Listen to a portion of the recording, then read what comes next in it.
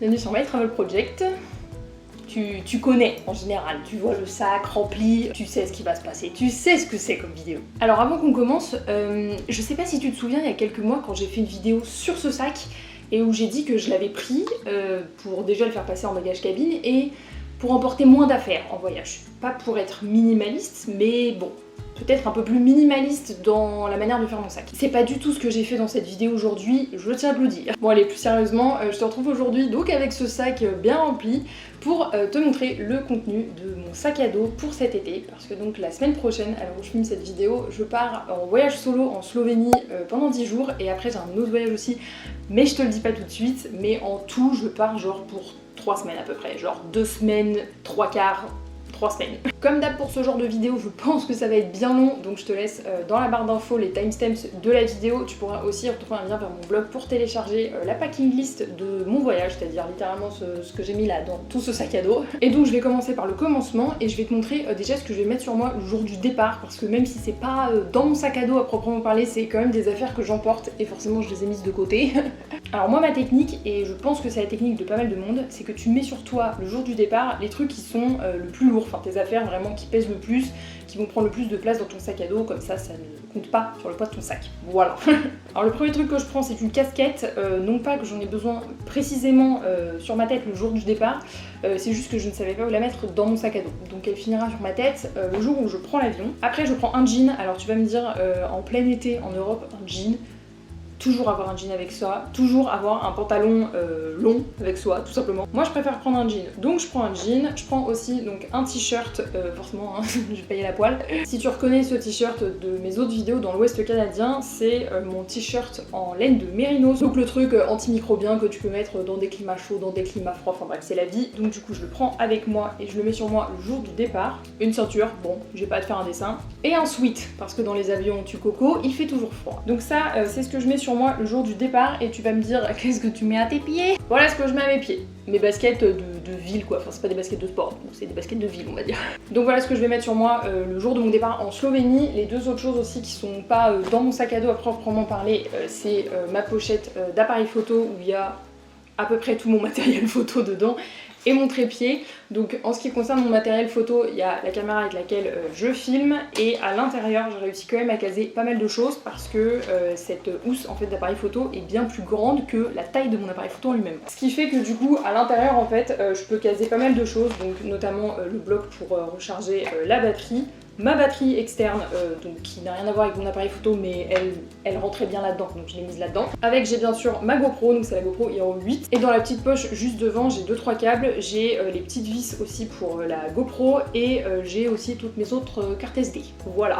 Alors bien sûr en termes d'électronique j'ai d'autres choses que ça, mais pour le coup c'est rangé dans mon sac à dos, donc je vais te montrer ça au fur et à mesure où je vais tout te montrer en fait, je vais tout enlever de mon sac à dos. Alors je tiens aussi à te dire que entre ce que je te montre dans cette vidéo aujourd'hui versus mon sac à dos final le jour du départ, va peut-être y avoir 2-3 changements. Parce que là je l'ai fait, mais je l'ai pas pesé. Et on sait que dans ces cas-là, il y a peut-être un petit différentiel, tu vois. Donc je vais te montrer ça au fur et à mesure. Si au montage j'arrive à te dire finalement ce que j'ai gardé ou ce que j'ai pas gardé, je te l'écrirai dans l'écran, mais grosso modo, il n'y a pas énormément de trucs je pense qui vont changer non plus. Alors aussi je vais pas te décrire le sac à dos parce que je l'ai fait déjà dans plusieurs vidéos. Si en fait toi tu veux avoir vraiment une revue du sac à dos, de ses spécificités et tout ça, je te mettrai dans la barre d'infos les vidéos que j'ai faites à ce sujet, mais je vais pas le faire dans cette vidéo parce que là sinon on en a pour 2 heures. Donc je vais commencer par le rabat du haut et te montrer ce qu'il y a dedans. D'habitude ce rabat je l'utilise assez peu. Mais je l'utilise surtout à l'aéroport parce que c'est là où je mets tout ce dont j'ai besoin facilement, rapidement. Donc c'est-à-dire les papiers que tu dois sortir, mon passeport, si j'ai besoin de gel hydroalcoolique, ce genre de choses. Donc pour l'aéroport, moi je me sers énormément de ce rabat en fait sur le dessus. Je m'en sers pas sinon dans d'autres moyens de transport ou quand j'ai mon sac sur le dos dans une ville, tout simplement parce que c'est un rabat qui est un peu facile d'accès et que j'ai pas envie qu'on me pique des trucs. Mais pour l'aéroport, vu que j'ai littéralement mon sac partout avec moi, y compris quand je vais aux toilettes, ça ne me dérange pas d'utiliser ce rabat. Alors qu'est-ce que j'ai là-dedans? Donc, lunettes de soleil, ça, très important. Alors j'ai aussi une pochette étanche que j'avais achetée quand j'habitais au Brésil. Ça pour la plage c'est la vie hein. Tu mets ton portable dedans, tu mets tes cartes dedans, enfin tout ce qui peut craindre à la plage à cause de l'eau, du soleil, du sel, du sable, ce genre de trucs, tu mets là-dedans. Alors par contre c'est pas étanche à proprement parler, c'est-à-dire que tu peux pas le plonger dans l'eau et tout va ressortir intact. On va plus dire que c'est résistant à l'eau parce que je n'ai pas très confiance au niveau des fermetures éclair que ça soit étanche. Donc j'en ai pas nécessairement besoin pour l'aéroport, mais ça se rangeait bien dans ce rabat là, donc je l'ai mis là. Et dedans j'ai bien sûr ma pochette secrète. Donc la pochette que tu accroches à la ceinture de ton jean, de ton short, de tout ce que tu veux. Dedans j'ai une photocopie de mon passeport, j'ai aussi une photocopie de mon passe sanitaire parce que je suis complètement vaccinée. J'ai carte bancaire, j'ai aussi ma carte européenne d'assurance maladie, mon permis de conduire. Et je crois que c'est tout. Alors après, dedans, j'ai aussi mon masque en tissu, voilà, que j'aimerais utiliser le plus possible, en le lavant bien sûr, mais ce que je veux dire, c'est que je préfère utiliser mon masque en tissu plutôt que les masques jetables. Je pense que la raison est un peu évidente. Et après, j'ai des cadenas. Donc évidemment, quand je partirai à l'aéroport, ils seront pas dans cette pochette, ils seront sur mon sac. Mais pour l'instant, je les ai rangés là. Donc j'ai 2 cadenas avec des clés comme ça.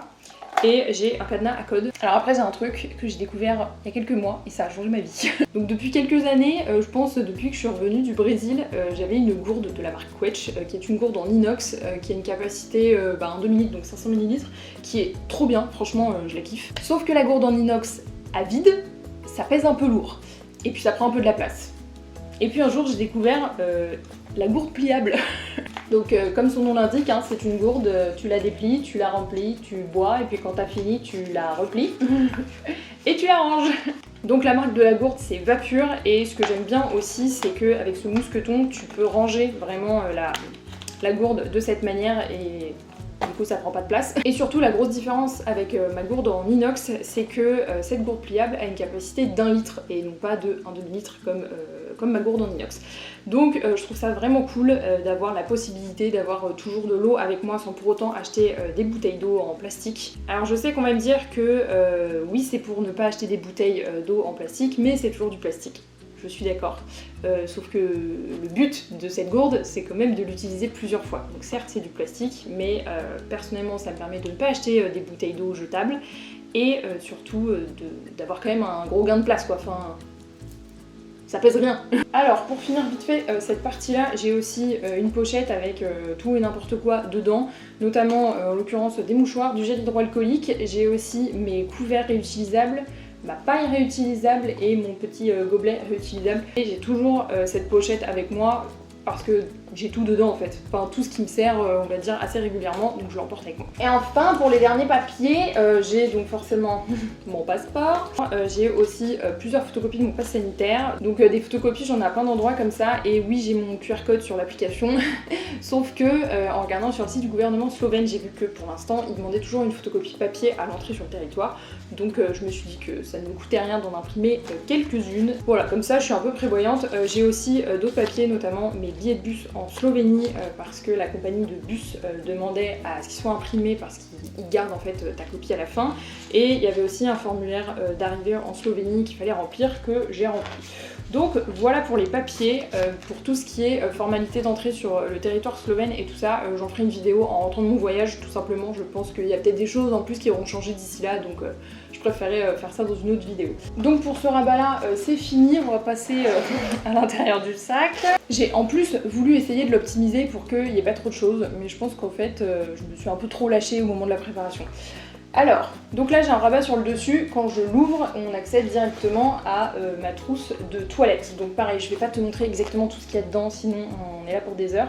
Je vais te mettre une liste sur le côté de ce que j'ai pris à l'intérieur de cette trousse de toilette. Et bien sûr ça sera aussi dans la packing list que tu peux télécharger directement sur mon blog. Mais comme tu vois j'ai acheté comme ça des miniatures en silicone que tu remplis toi-même et ensuite c'est plus facile à utiliser. Ça m'a quand même permis de gagner pas mal de place. Donc du coup ça c'est ma trousse de toilette pour les 3 semaines de mon voyage. Par contre je crois que le seul truc que j'ai pas mis dedans c'est ma crème solaire. Je me suis acheté une crème solaire au format 100 ml que j'ai glissé quelque part dans mon sac, je te la montrerai quand je la retrouverai. Alors avant de passer au reste de l'intérieur du sac ici, j'ai aussi là une poche sur le côté et je sais ce que j'ai mis dedans. J'ai mis une serviette microfibre qui est plus petite que celle que je te montre d'habitude et qui sera très certainement je pense pour la plage parce qu'à un moment dans mon itinéraire je pars à la plage. Et j'ai aussi une pochette comme ça que tu as déjà dû voir si tu as regardé ma vidéo sur mon sac à dos quand je suis partie dans l'Ouest canadien cet hiver, où dedans il y a des masques jetables. Pour le mieux je pense c'est que je le prenne comme ça sur moi, hein, ça va être plus facile. Donc l'avantage c'est qu'il s'ouvre comme une valise, ce qui fait que tu vois quand même assez rapidement ce qu'il y a dedans. Et je vais commencer par le rabat qui est juste ici parce que c'est mon ordi, voilà. Donc normalement j'ai fait en sorte de m'avancer sur tout le boulot que j'ai pour mes clients pendant mes 3 semaines de voyage, donc j'aurai pas à travailler pour mes clients. Mais vu que je vais quand même pas mal filmer et pas mal prendre de photos, j'aimerais pouvoir libérer un peu de place sur mes cartes SD au fur et à mesure. Et aussi pour faire du montage un peu, même si c'est pas le but de faire ça pendant mon voyage, je me dis que s'il y a un moment je peux m'avancer un petit peu, ça serait pas mal parce que sinon quand je vais rentrer, je vais avoir du taf quoi. Donc ça c'est mon ordi. Alors je sais qu'on me demande souvent quelle est la taille de mon ordinateur pour que ça rentre dans cette pochette là. Mon ordinateur c'est un 13,5 pouces. Voilà. Donc après je vais passer au rabat à chaussures, enfin j'appelle ça un rabat à chaussures mais en fait c'est la poche zippée à l'intérieur du sac. Perso je m'en sers pour les chaussures. Donc je t'ai déjà montré les baskets de ville, mes baskets blanches que j'emporte. Et là, alors je sais que là on va peut-être arriver sur un débat en termes de chaussures. Alors forcément qui dit partir en voyage sac à dos en auberge de jeunesse, pour moi c'est obligatoire. Tu prends des tongs. Pour les douches communes en auberge de jeunesse, ce genre de truc, peu importe. En plus là, je vais quand même un moment à la plage, donc des tongs, c'est obligatoire pour moi. Après j'ai mes baskets de sport parce que j'ai quand même prévu de faire un peu de rando. J'ai pas de chaussures de rando à proprement parler, je pense que je suis pas encore assez experte en rando au point de m'acheter des chaussures adaptées à ça. Surtout vu les randos que je fais, donc je prends mes baskets de sport. Peut-être qu'à l'avenir j'investirai dans des chaussures plus axées randonnée et vraiment montagne. C'est pas ce que j'ai fait pour ce voyage, je me suis dit que j'allais rester avec mes baskets de sport. Et là on arrive sur la dernière paire de chaussures. Oui j'ai pris 4 paires pour 3 semaines, c'est peut-être un peu trop pour certaines personnes. Ma dernière paire de chaussures c'est un peu la polémique, tu vois, c'est un peu comme la coriandre, il y en a qui aiment, il y en a qui aiment pas. Et moi j'ai craqué. Je me suis acheté des Birkenstock. Alors quand j'étais partie en Égypte avec mes parents quand j'avais 13 ans, ma mère elle m'en avait acheté en me disant mais tu vas voir ça va être super pratique, il va faire chaud et tout. Moi j'étais en mode ah c'est trop moche et tout ça. 14 ans plus tard c'est qui le mouton qui s'en achète? C'est moi, voilà. Donc les birks on aime ou on n'aime pas. Hein. Moi j'ai pris le modèle, je crois que c'est en plastique polyester, je sais pas trop. Mais en gros c'est leur modèle étanche. Ça pèse que dalle, c'est hyper léger, c'est super confortable pour moi. Je suis conquise. Bon, dis-moi en commentaire si on est de la même team ou si actuellement t'es en train de me juger concernant les Birkenstock. Donc après on passe à mes cubes de rangement. J'en ai déjà parlé dans plusieurs vidéos, mais alors moi je suis une adepte des cubes de rangement. Donc celui-ci il est hyper simple, c'est un Ikea, donc ça s'achète en lot de 6 je crois chez Ikea, et ils ont un mèche dessus histoire que ça soit un peu respirant. Et moi dedans je mets tout ce qui est sous-vêtements, chaussettes et maillots de bain. Donc je te mettrai également sur le côté la liste de combien je prends à chaque fois. Et j'ai pris aussi 2 brassières de sport pour quand je vais faire du sport, de la randonnée, ce genre de choses, et tout tient là-dedans. Donc voilà. Après j'ai cette pochette que j'ai depuis la nuit des temps et qui en fait est une ancienne pochette pour des enceintes JBL. Donc c'est pas du tout son utilisation première ce que j'en fais, mais c'est pas grave. En fait je range tout ce qui est câble, chargeur et tout ça. Donc pour l'instant elle est pas complètement remplie parce qu'il y a des choses que je dois charger, notamment tout ce qui est batterie de GoPro et tout ça. Mais dedans je mets tout ce qui est donc les chargeurs USB, USB-C aussi, mon chargeur d'ordi. Et j'ai aussi 2-3 accessoires de GoPro en plus pour pouvoir fixer la GoPro sur un trépied, 2 autres vis, parce que oui j'ai des vis de GoPro partout. Donc tout va là-dedans, c'est un peu, ouais c'est ma tech pouch mais qui n'est pas une tech pouch à la base. Après j'ai une deuxième serviette microfibre, donc tu vas te dire pourquoi j'en ai deux. Bah il y en a une que j'utilise pour la douche et l'autre pour la plage. Je ne te conseille pas de ne prendre qu'une seule serviette microfibre pour faire la douche et la plage parce que si tu rentres de la plage avec ta serviette qui est pleine de sable et qu'après tu veux te doucher, c'est pas fou. Donc moi j'ai 2 serviettes microfibres, la plus grande je l'utilise pour me doucher et la plus petite juste pour la plage. Les deux viennent de chez Decathlon aussi, celle-ci je crois que je l'ai depuis que je suis partie à Ottawa en 2014. Ça remonte hein, mais elle est en bon état donc bon, j'ai pas de raison de la changer. Alors là on arrive aussi à un choix dans mon sac que j'ai fait mais je suis pas encore sûre, donc je t'écrirai dans l'écran ce que j'ai fait finalement. J'ai décidé en fait comme sac de journée, tu sais quand tu vas faire de la rando, quand tu vas visiter, ce genre de choses, de prendre ce sac là. Voilà. Alors je l'adore, je le trouve trop pratique, mais bon il prend quand même un peu de place.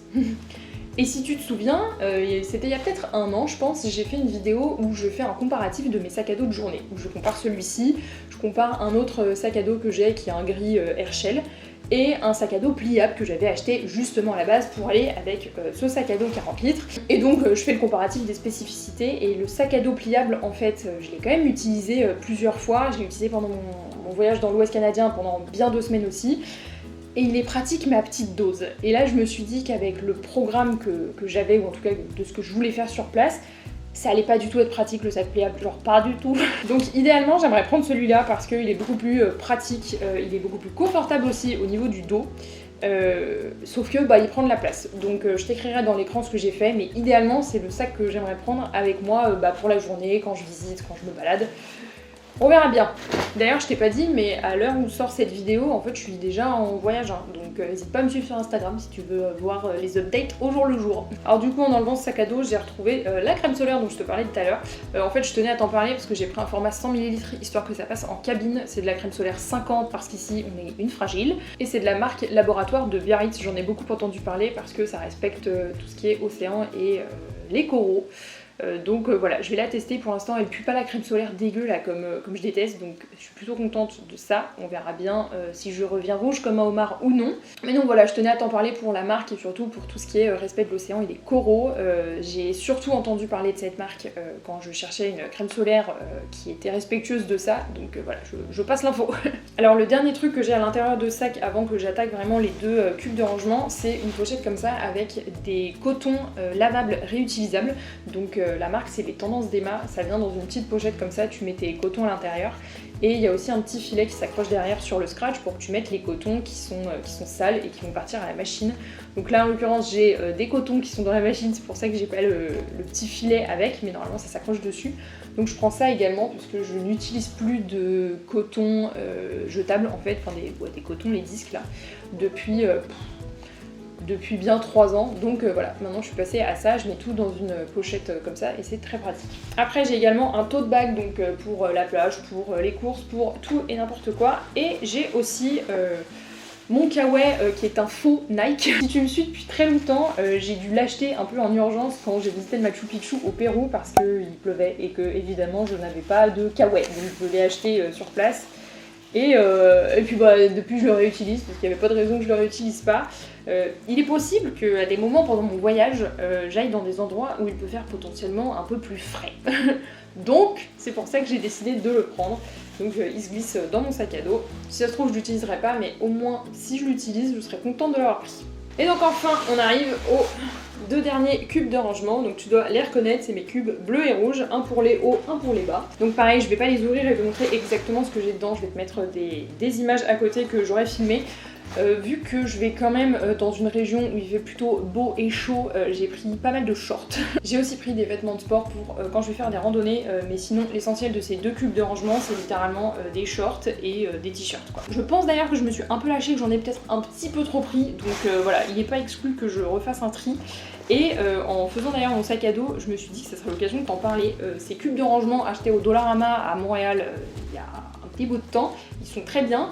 Mais j'aimerais bien tester un jour les cubes de rangement qui sont compressibles, donc qui viennent avec une autre fermeture éclair, et une fois que tu as tout rangé dans ton cube de rangement, tu zippes la deuxième fermeture éclair et ça aplatit tes cubes, histoire voilà, avoir un peu plus de place dans mon sac. Mais en termes d'affaires que je prends, c'est pas du tout des vêtements techniques comme j'ai pu le faire quand je suis partie dans l'Ouest canadien, tout simplement parce que je vais pas non plus faire des trucs de fou, je pars pas en trek seule pendant 3 jours ou quoi que ce soit. Donc vraiment c'est les vêtements que je mets tous les jours en été, des shorts, des t-shirts, des débardeurs, ce genre de choses. Rien de très compliqué. Et voilà, je crois que j'ai fini. Donc voilà, c'est tout pour cette vidéo sur le contenu de mon sac pour partir en voyage en sac à dos en Slovénie et après. J'ai pas envie de te dire la deuxième destination, je trouve ça plus cool de te le dire au fur et à mesure. Donc je pars d'abord en voyage solo en Slovénie pendant à peu près 10 jours et après je pars dans une autre destination, mais je serai plus solo cette fois-ci, tu découvriras ça. J'espère que cette vidéo t'aura un peu aidé à voir ce que je mets dans mon sac à dos pour partir 3 semaines en été en Europe. Comme je te disais au début de la vidéo, n'hésite pas à aller voir les liens dans la barre d'infos, ça va t'amener vers mon blog où tu pourras télécharger la packing list de tout ce que j'ai mis dans mon sac. Et puis bien sûr, toi si tu pars en voyage cet été, n'hésite pas à me dire où tu pars. En tout cas, j'espère que ça t'aura plu et nous on se retrouve bientôt dans une prochaine vidéo. Ciao!